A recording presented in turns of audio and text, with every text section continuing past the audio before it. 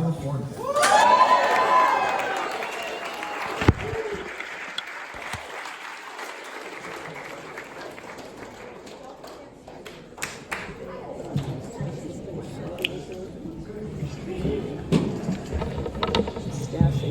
Stash away. There you go. You guys don't need me. This was great. We could just end on a high note. Okay, so my name is Sia, and I'm an alcoholic too. I want to welcome the new folks, and I'm grateful to be here. Sadly, I forgot my dress shoes, but I remembered my dress, or you'd be having a different experience right now. This is a wonderful place to be. Thank you for inviting me. I want to thank Elias for sneaking up on me at a recent event. It was so innocent. He was across the table at dinner. There was no one sitting next to him. I said, "Why don't you come over here?" He sat down next to me, and about 10 seconds later he goes, "How would you like to share a little meeting that we had?" That's so funny. My significant other goes, "You were set up." Anyway, I'm grateful to be here and be among you. I'm honored to be here. What a wonderful group of folks. And congratulations on a great chef, the great leadership that put this event together. Thank you for the steps, the traditions, the concepts. AA is strong here, and I love being here. I need Alcoholics Anonymous. My sobriety date's January 30th, 1983, if I didn't say so already. And Alcoholics Anonymous.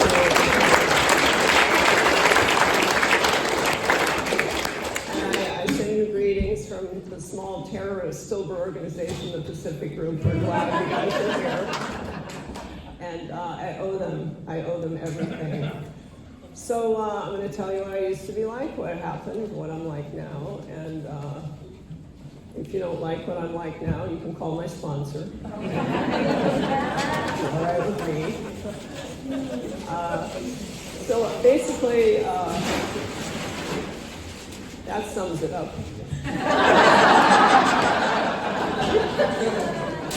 that makes about as much sense as I ever made till I came.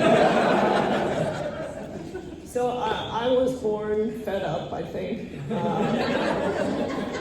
and it got worse. I was born in an alcoholic home. It ain't why I'm alcoholic. I'm alcoholic because I drank my way in this thing.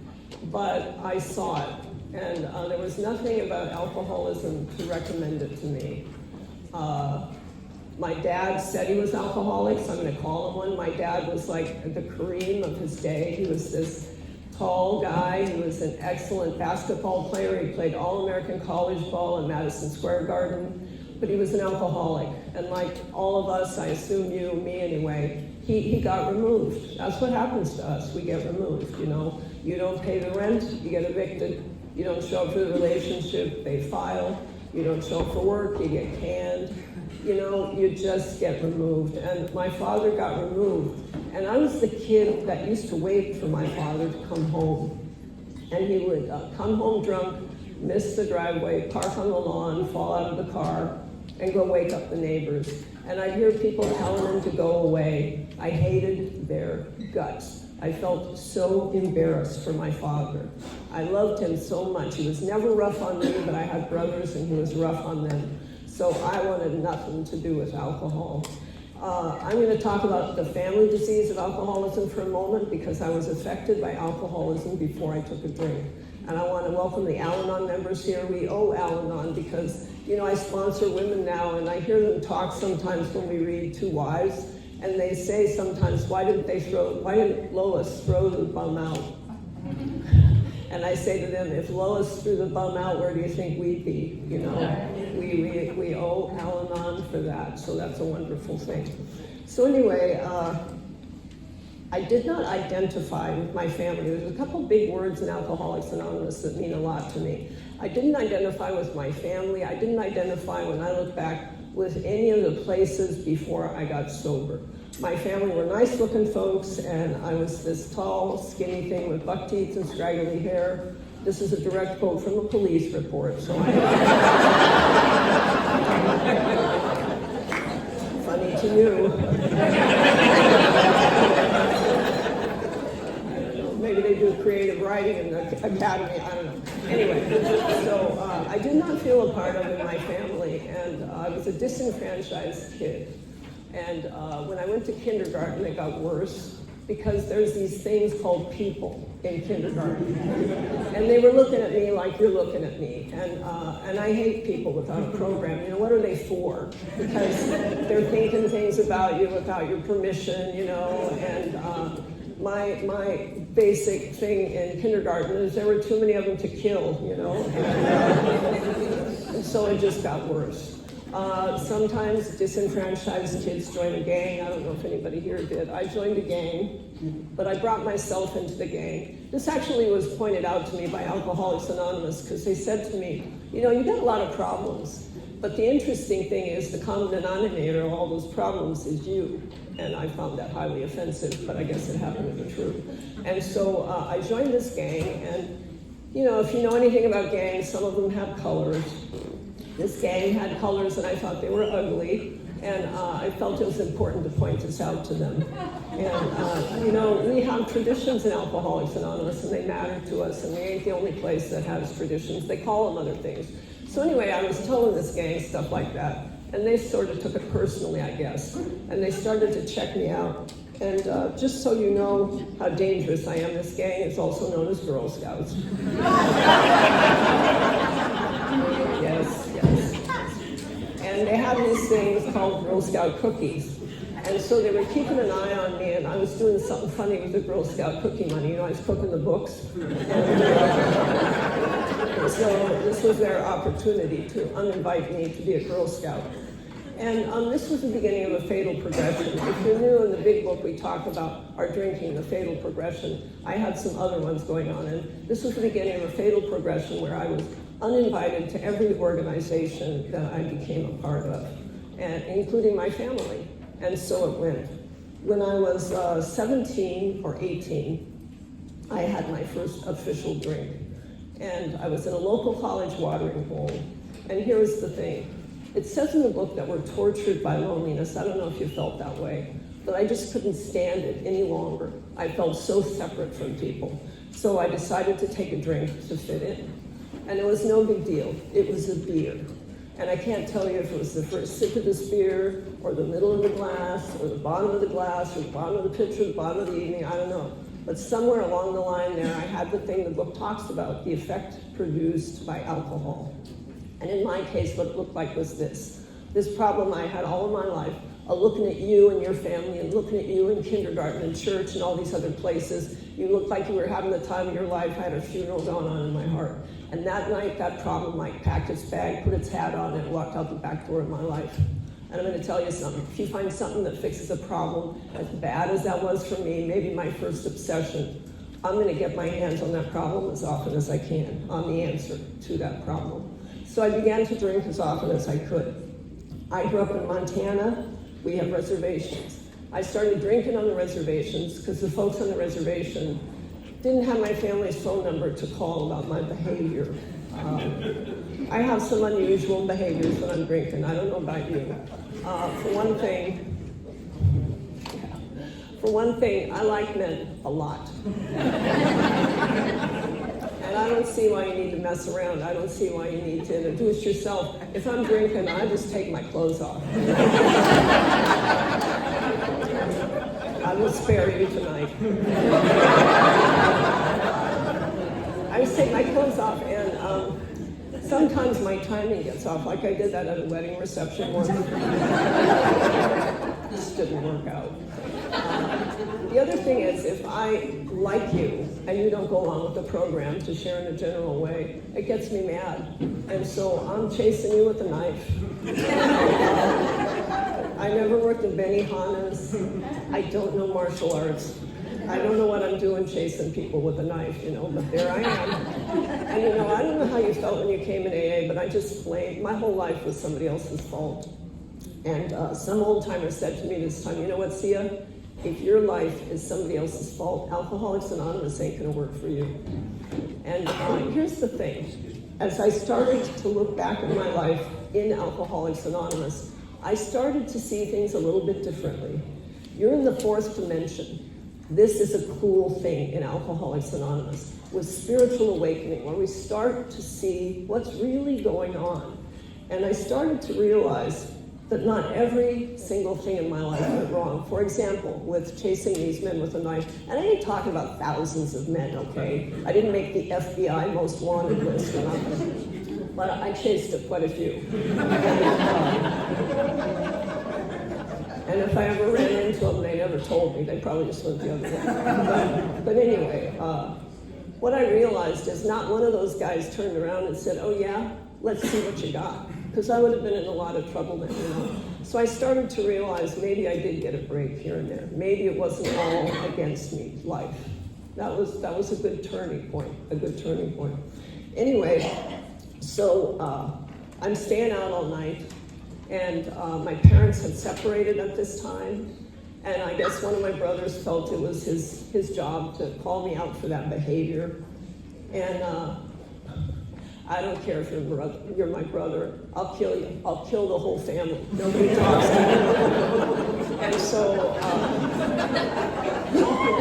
my brother and I got in a fist fight, and my mom got between us. And this is when my mom had to ask me to leave. And this was the beginning of, well, I'm taking a geographic is what I'm doing. I'm taking a geographic, and I end up in Beverly Hills.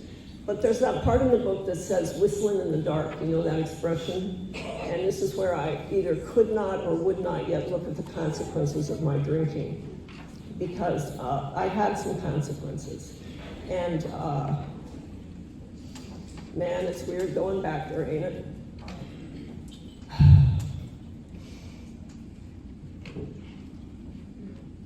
So the fact of the matter is, I was drinking in Beverly Hills, but I was drinking at the bus stop in Beverly Hills. That's a little bit different picture, ain't it?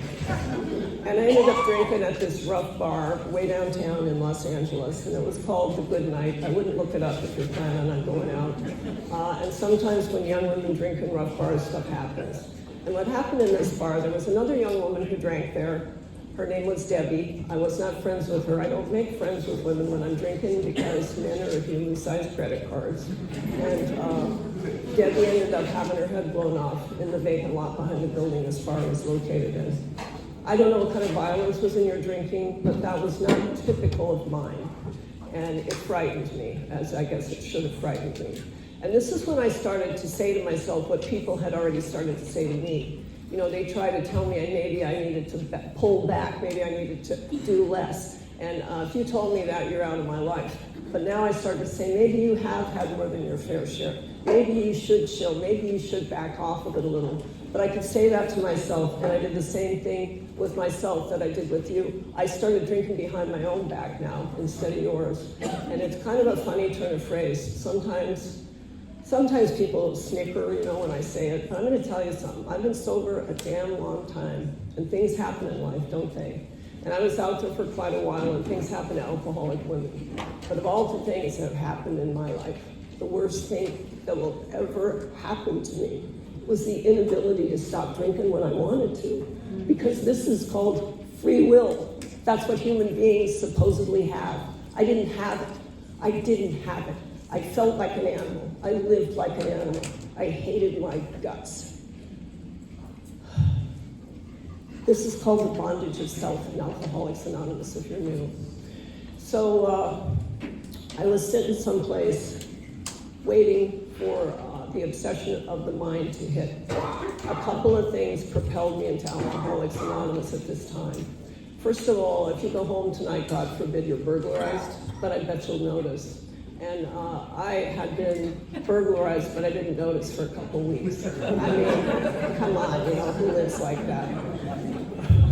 And the other thing that happened, I was looking out of the window of the place where I was living at the time, and I saw this guy walking down the sidewalk with a shotgun. I'm from Montana, I know a shotgun when I see one. And I thought that was pretty out there for the streets of Los Angeles.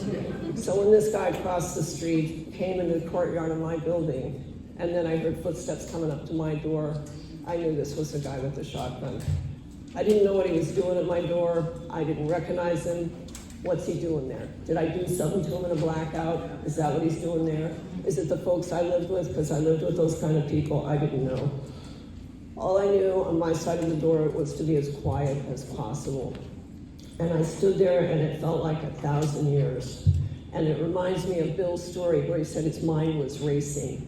And I don't know how long it lasted that I stood there, but then I heard these footsteps going back down the stairs. And for some reason, this guy walked out of my life. And I don't know when you wanted help, but this is when I really wanted help. When I think of that time, I think of those moments when I would come to or wake up, and I'd say to myself, I ain't doing this again. I'm not going there. I'm not hanging with those people. This is going to be different. I would say that to myself day after day after day, and it never changed. Never. You want to like bash your head against the wall or get run over by a car. Obsession of the mind. How do you get rid of that? There's no off button for it that I know of, except this place. So, like I said, this is when I really wanted help. I don't know when you felt like that. The problem with me is I ain't a helpable person. I don't know exactly why that is. Bill says children from alcoholic homes are pathetically cynical. Maybe that's me. People tried to help me before I came to AA. I don't know if anybody tried to help you. They tried to help me. They could tell I was having a problem. They're the folks with the little clerical collar that knew I was having a problem. And they tried to talk to me about seeing life through a more spiritual lens, because I was pulling the fire alarm during communion. You know, they didn't appreciate that.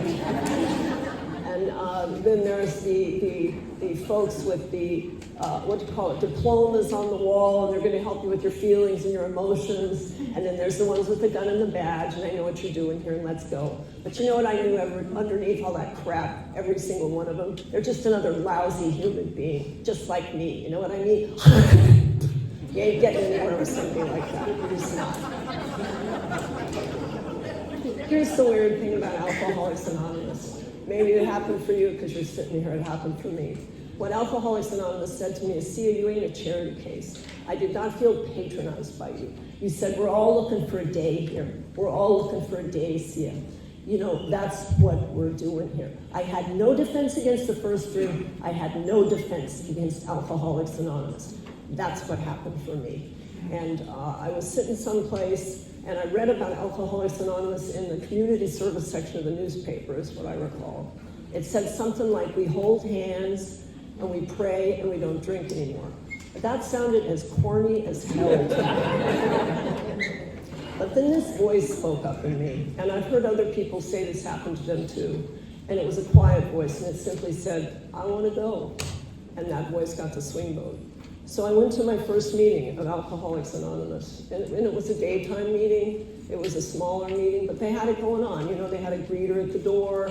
There was a woman who gave me her phone number. She said she'd sponsor me. I didn't know what that was. I went in the meeting. I was put in the front of the room because I was new. And the meeting starts, and I got an attack of self-centered fear, and I wanted to get the hell out of there. But I was too embarrassed to get up and leave, because fear of people is one of my 100 forms of fear. So I just shut down in that meeting. I came for help. I didn't get any help at all. I didn't listen. I couldn't hear anything. I didn't have your dang book. I don't care about your steps, your traditions. I ain't calling that lady. That's how I get help. And I left that meeting, and I went home. And then about 2 hours later, this weird thing happened. And what happened was this. Somewhere along the line, I noticed that thing. I don't know about you, but in my case, that I can't pay away, pray away, hide from, outweigh, negotiate with. Obsession of the mind, that thing was gone. And that thing never went any place unless I had a drink. I had to ask myself, did you have a drink? I had not had a drink. I was shocked. You would have never convinced me that Elias did it, or any of you single alcoholic, never convinced me. But something happened in that meeting. And I tell you this, I've been looking over my shoulder ever since. I was shocked. But I was grateful. I was grateful to Alcoholics Anonymous. Here's the thing though, if you're here and you think you got a drinking problem, Alcoholics Anonymous is gonna work great for you. But I found out I have this other thing. It's called alcoholism. It ain't a synonym, it ain't a euphemism. It's a thing. And I was full of self-reliance. I was living on what we call that pink cloud experience. And I was grateful. I thought, I know where you are. If something comes up, I'll be right back. And alcoholism, heard me, and it obliged. About 2 weeks in, feeling full of myself. And we used to talk about a pink cloud experience. We don't use that term anymore, but I've heard it. And I was on a pink cloud experience, leaping out of bed. I didn't have that obsession on my back. And I went someplace to see somebody I always had a bad history with, and I had a fight with them as usual. And then I drank again. Then I came back to Alcoholics Anonymous because I wanted that thing to happen. You know, the surcease of the obsession. I love to know what line you stand in for that cup of coffee. I had no way to summon it, no way to get it back. And I had no sponsor, no connection to it. My alcoholism was a lot bigger than my recovery, and it swept me out the door. And I was out there for like 11 years. And you know, some of us never get back here. And I ended up modeling in England. That's what I called it. I don't know what you'd have called it.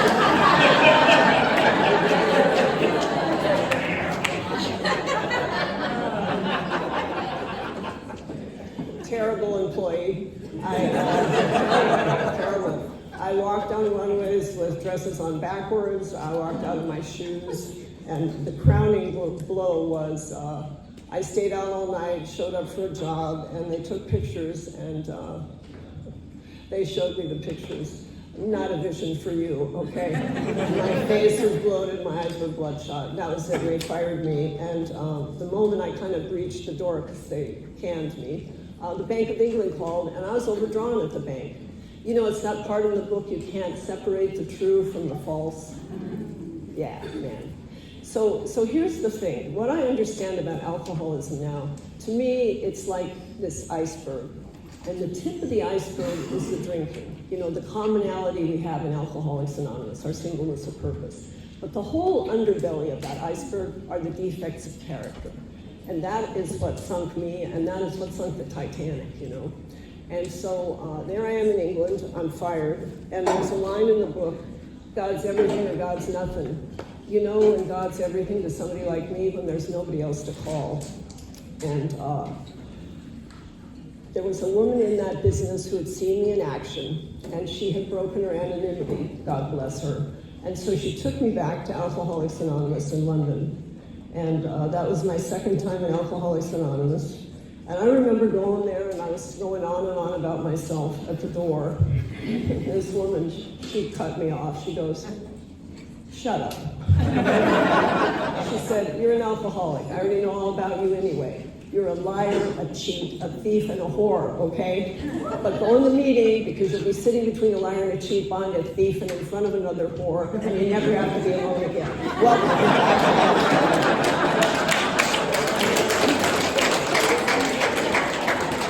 Thanks, lady. Yeah, but I never forgot it. You know, I never forgot it. So I'm going to AA for the second time. And here's the problem with that time. I had a list of things I expected Alcoholics Anonymous to do for me.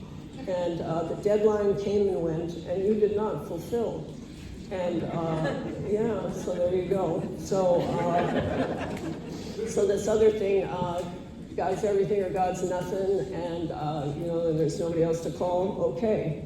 That day, his name was Gerald. That's who I called, because I decided it was time for a geographic. And I met Gerald at Gatwick Airport, and he was buying tickets to get us out of the country, and the federales came swooping down, and they arrested Gerald. What was more upsetting to me is they arrested the tickets. So, you know, it's that thing, take a trip, not take a trip. I didn't have no program for not take a trip. So I blew my sobriety again. Then I went back to Alcoholics Anonymous. And you know, I didn't know what I was doing here with you. I was mad. I sat in the meeting. I didn't want to ask you what was going on. I was sick and tired of you telling me what was going on. And I sat there, and I sat there, and I sat there, and I thought about it. And here's the thing that occurred to me. I do not know who said what person was sharing, maybe like I'm sharing, or what they said. But somewhere along the line, I crossed that other invisible line in Alcoholics Anonymous. Not the one that separates the alcoholic from the non-alcoholic, but the one that separated me from you. I identified in Alcoholics Anonymous, and I was in trouble. And Alcoholics Anonymous had become my home, and I came home. And there was a guy in that meeting I'd never seen before, and because he was a stranger, I went up to him and I was a little more honest about myself than I had been previously. And he listened politely, and then he said to me, you know, Sia, if you got 6 months of your life to give, why don't you work this program as Bill sees it, not as Sia sees it? He wasn't being a wise guy, he just said it straight up. And he gave me a phone number, and he said, why don't you call this person, maybe they can help you. And then he walked away. And so now I'm standing at that turning point you talk about, where we ask God's protection and care with complete abandon, or we don't. And I have stood with many people in that moment since, because you gave me your phone number, because you let me call, because you helped me. And sometimes I say, you know, I tell them, give me a call, I'll be glad to help you. And they say they can't. And you know what I know, because you taught me about honesty? That's the wrong verb. The real verb is you won't. And that's a life or death difference right there, you know? And so that day I had a gift called desperation, the badly wrapped gift of Alcoholics Anonymous. Because here's what I knew. I knew I couldn't stop drinking, but I also knew it was going to kill me. That made a difference. So I dialed the phone, and first miracle, this person picked up the call. And then they started talking, and they knew what they were talking about. They were an alcoholic, and they started telling me about alcoholism. But here's the thing, I'm a recovering know-it-all. I don't know if there's any of you here. I remember the first time I heard this is an allergy of the body and an obsession of the mind. I thought, I'm all over that. When I drink, I get an allergy for my boyfriend and an obsession for yours. You know, moving out. So this person's talking to me about alcoholism. Well, I already heard all this stuff.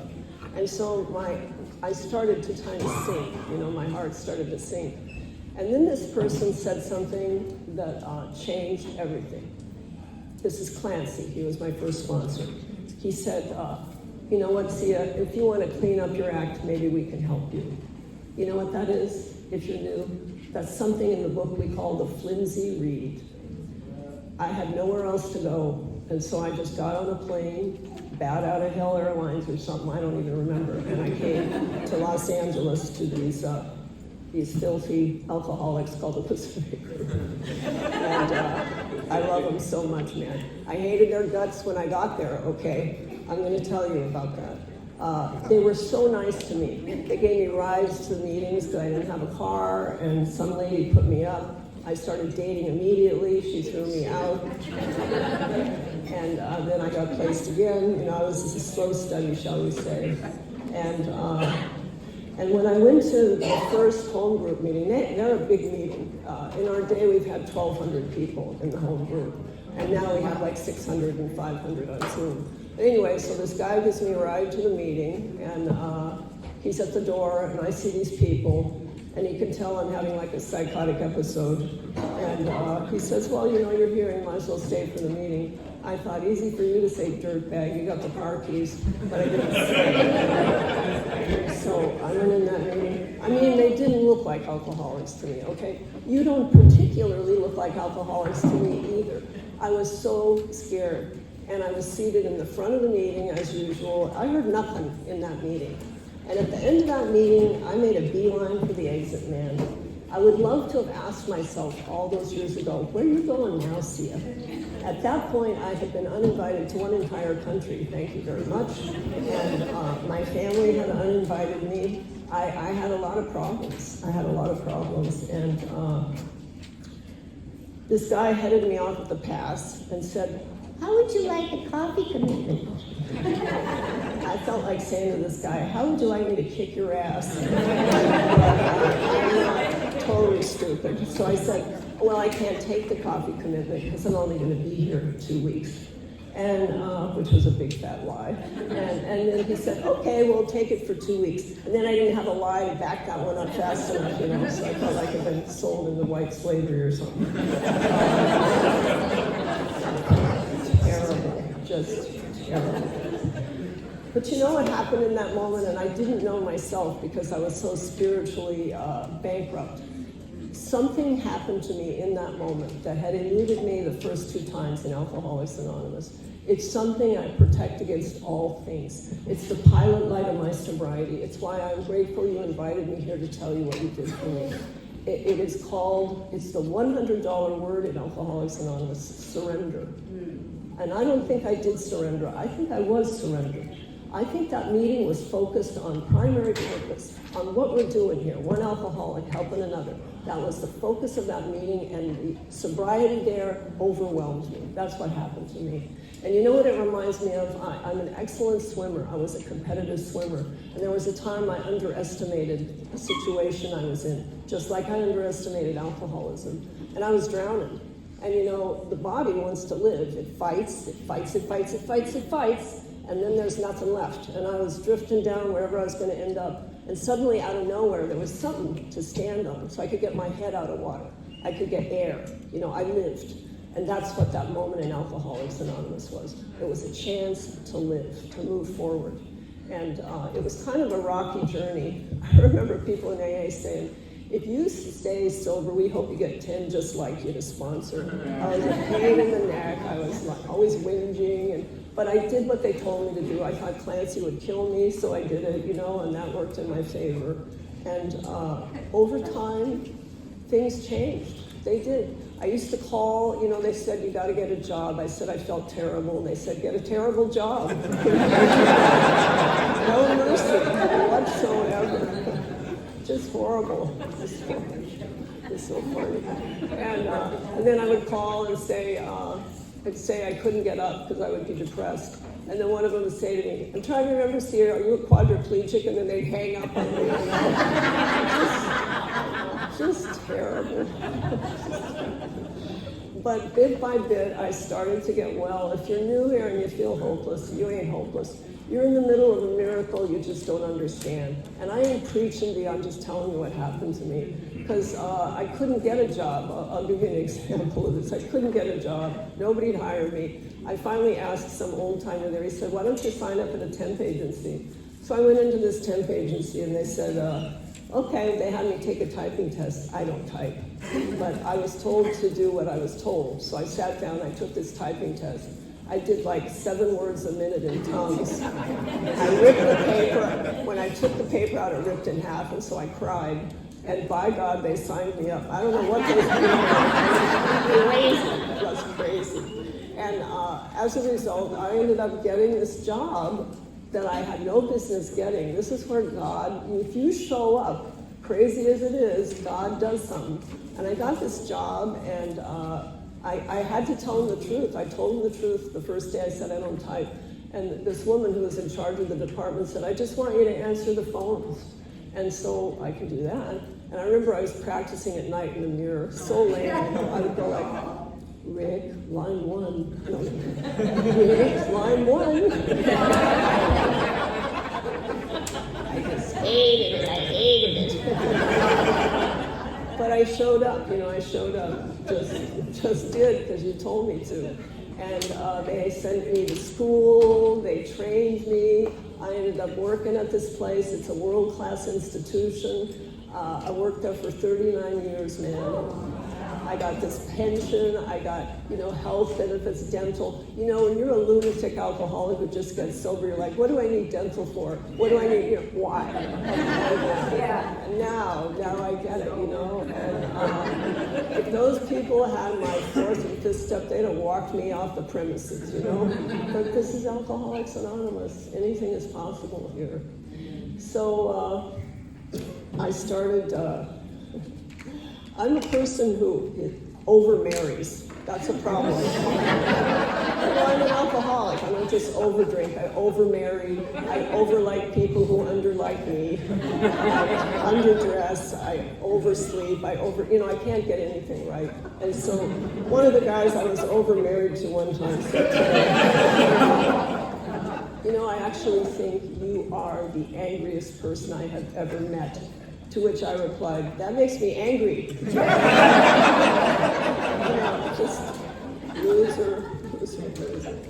But I want to tell you some things. I don't know how much time I have left. How much time have I got left? 15? Okay. I want to, because this is a 4th dimension meeting and we talk about things that shouldn't happen that happened to us, I want to tell you some cool stuff that happened. That job was one thing. I mean, I'm not employable and I had this job.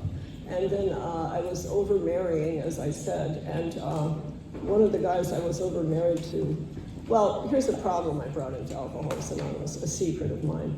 You probably had yours. I happened to be married to 2 people at the same time. One of them found out, and I tried to kind of palm it off.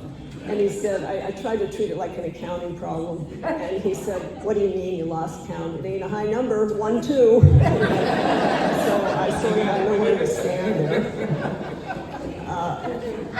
But this guy I was married to, when we were both sober and we'd both been secretary of the same meeting, he decided he didn't want to be married anymore. And that's not allowed.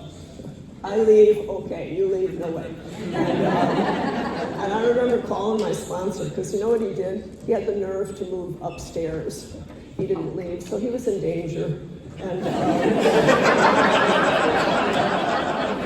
so I was thinking too much about this, and I finally called my sponsor. Some of you know my sponsor, Marilyn, the female Buddha. And I said to her, Bob has moved upstairs.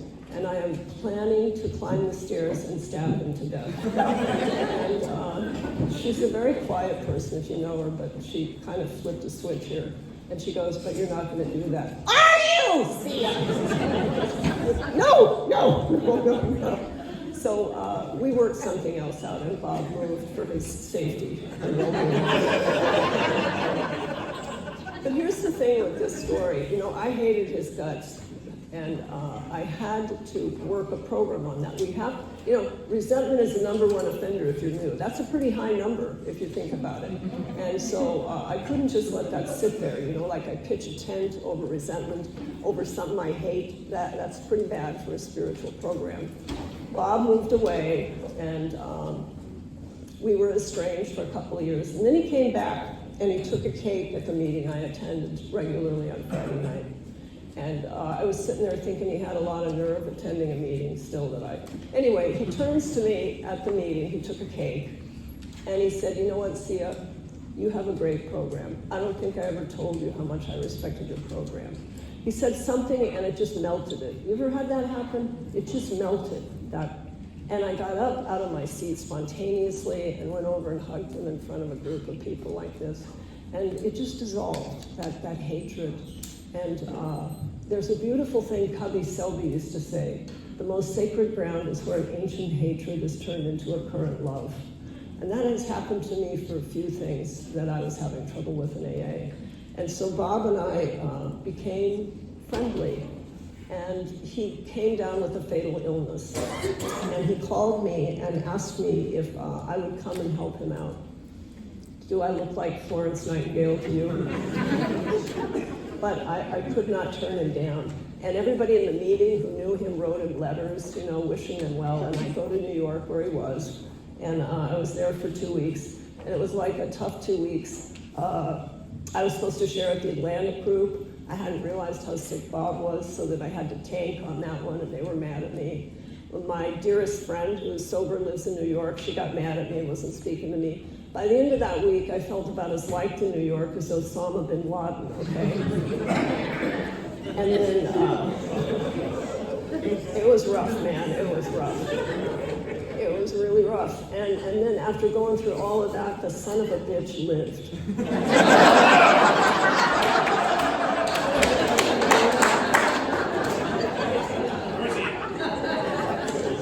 Who do you speak to? You know what I mean? I tell you. And then I had other things that happened in my life. I hated my parents when I got sober. I don't think that's unusual. But right away he said with my father, he said, you know what, he's an alcoholic. We ain't holding that against him, so you're gonna have to get over that. So it's like resentment, see it, the #1 offender, you want to drink, okay, so fine. But with my mom was an Al-Anon without a program, and she had a nervous breakdown, and she screamed a lot. I just thought, you know, when I get out of here, I ain't ever seeing you again, I hate your guts. And with my mom, you told me to be a service to her. You said you have to do something different here. And it's because you told me that, because I don't want to drink again, because I identify with you. It's because I identified with you that I took the crap that I thought you were giving me. Because you weren't drinking. That was a big difference between us when I came here. You weren't drinking and I couldn't stop drinking. So I did what you told me to do. That was very important, that distinction. And so I started going, being of service to my mom, and keeping track. You know, I didn't want you screwing me, Alcoholics Anonymous. And the day came where this weird thing happened. My mom told me something I never knew. She said she'd gone someplace when she was a little girl, and she was assaulted. And she tried to tell her mother about it, and her mother couldn't believe it or didn't want to believe it or something. I don't know how many times that happened to my mom. She told me this, and then she kind of collapsed in front of me. And I was looking at my mom, and here's the thing, that happened to a lot of us.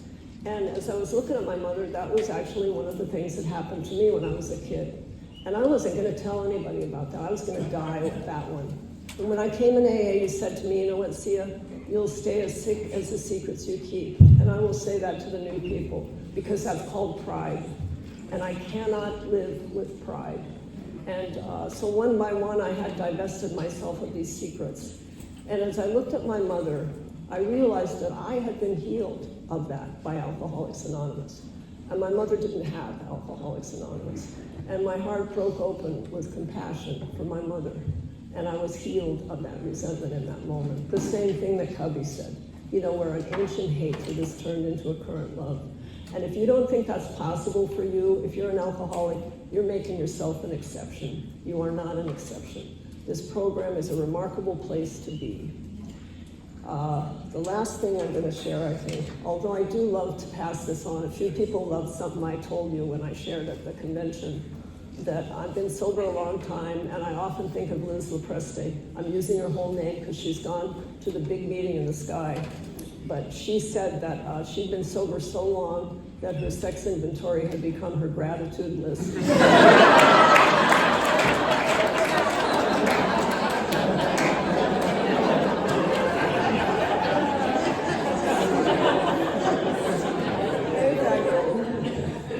I get it. I get it. The last thing I'll tell you is about my dad, and then I'll close with it.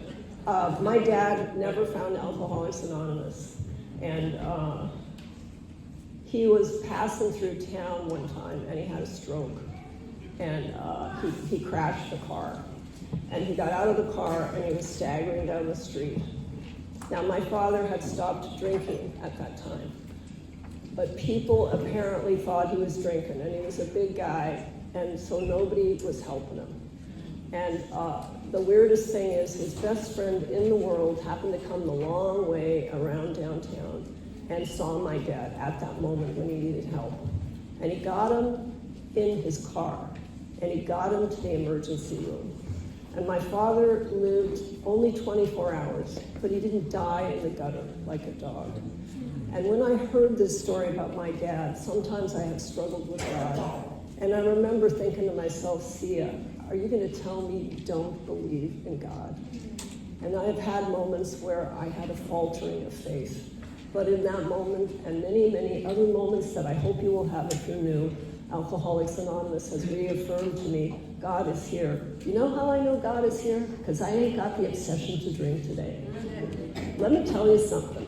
There was something that helped me greatly, and I will actually add this. My third time in Alcoholics Anonymous, what became clear to me is the difference between addiction and alcoholism. Many people out there in institutions make them synonymous. They are not. And the reason that they're not in AA is because of Dr. Silkworth. He is a fellow, a medical person in the big book, if you're new, who studied both populations for 40 years. And here's the difference. He said alcoholism is an allergy. And I was desperate this time to understand what was wrong with me so that I could stay with you. And I have another allergy. I have an allergy to penicillin. I'll tell you this, I'll stake my life on it. I ain't scoring a shot of penicillin again in this life. It will never happen. And then I thought of people who are allergic to something worse than penicillin, maybe. How about the person allergic to peanuts? The peanaholic, okay? They eat a peanut, their throat swells up, they die. You think a peanaholic is going to go to the gates of insanity and death to score a peanut again? Hell no. So how come we do? And it's because Dr. Silkworth identified the second feature of alcoholism, the afterburn of alcoholism, obsession of the mind. I still got that in my thinking with the defects. It comes up. And so it's an incurable, fatal, progressive malady. But here we still are. How come? We defy the odds because of Alcoholics Anonymous. Thank you so much for having me.